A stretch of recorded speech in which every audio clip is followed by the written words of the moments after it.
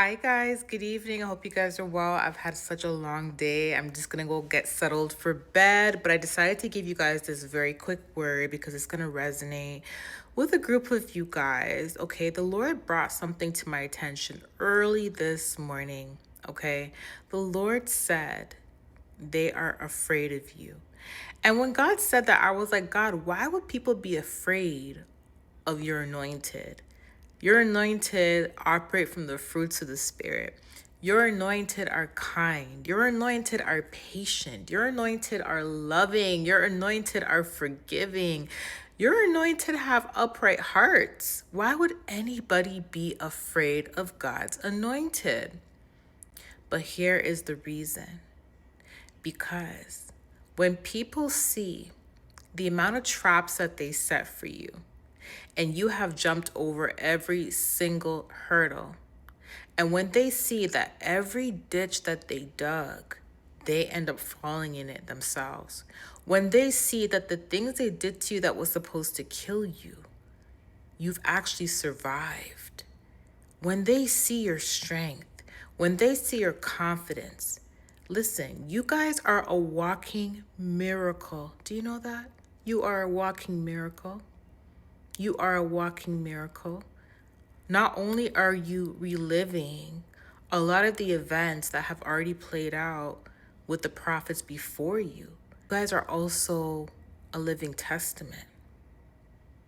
Yes, a living testament, right? And people are literally seeing that you still being alive and you still being healthy and you still having strength and you still, loving God and you still being upright. Like, that is a miracle. That is a miracle. Because everything that they did to you was supposed to destroy you, was supposed to take you out. That's what they thought. So your life is proof that God is with you. It's proof. And you're like, why would anyone be afraid of me, God? I'm a nice person. I don't hurt anybody. God, I treat others the way I want to be treated. Why would anybody be afraid of me? People are afraid of what convicts them. People are afraid of what is protected. Remember that. Because you are God's and you are protected. Ooh, Holy Spirit, thank you for reminding me. I almost forgot. This is very important for this word. This morning, the Lord showed me sheep, a pen with sheep in it, right? Sheep.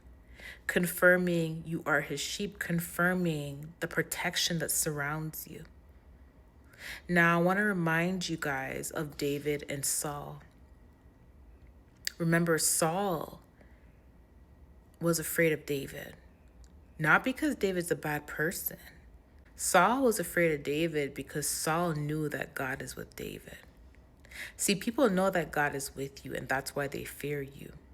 And some people, they didn't think God was with you. And you know how they found out? They found out when they touched you.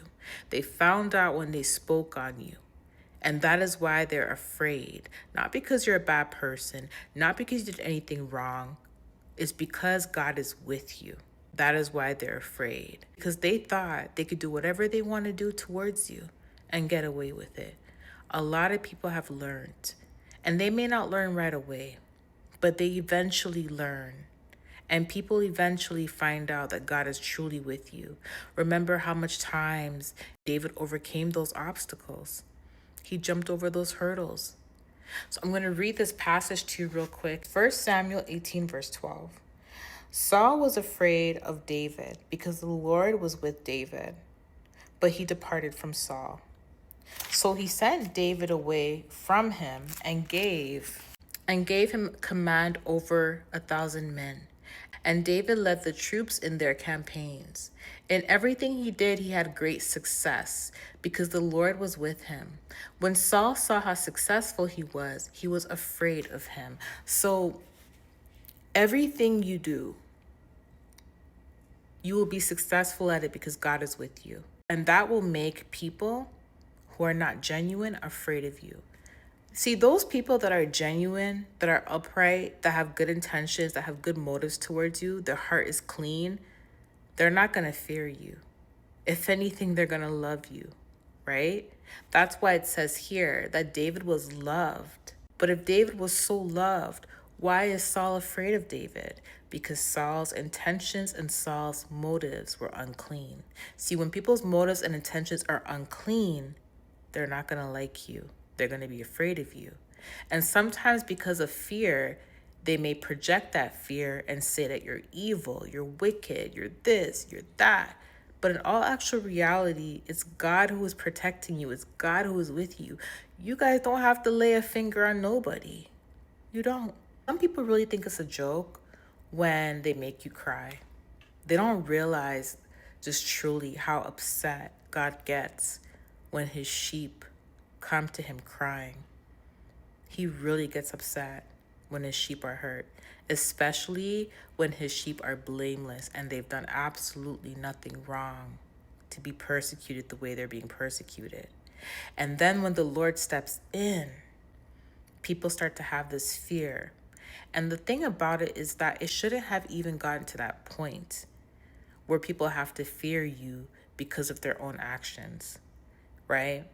So it's not that you're a bad person. It's not that you did anything wrong.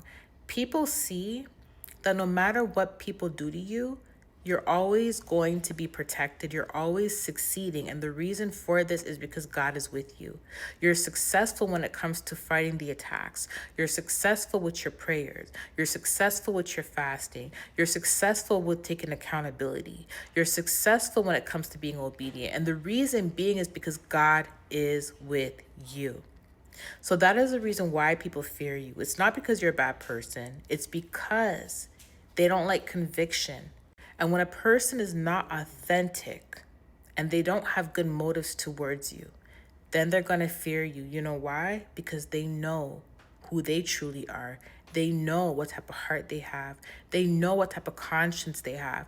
They know what type of mind they have. And they know that if they touch you, there's going to be a problem. And it's not you, it's God who is going to handle it.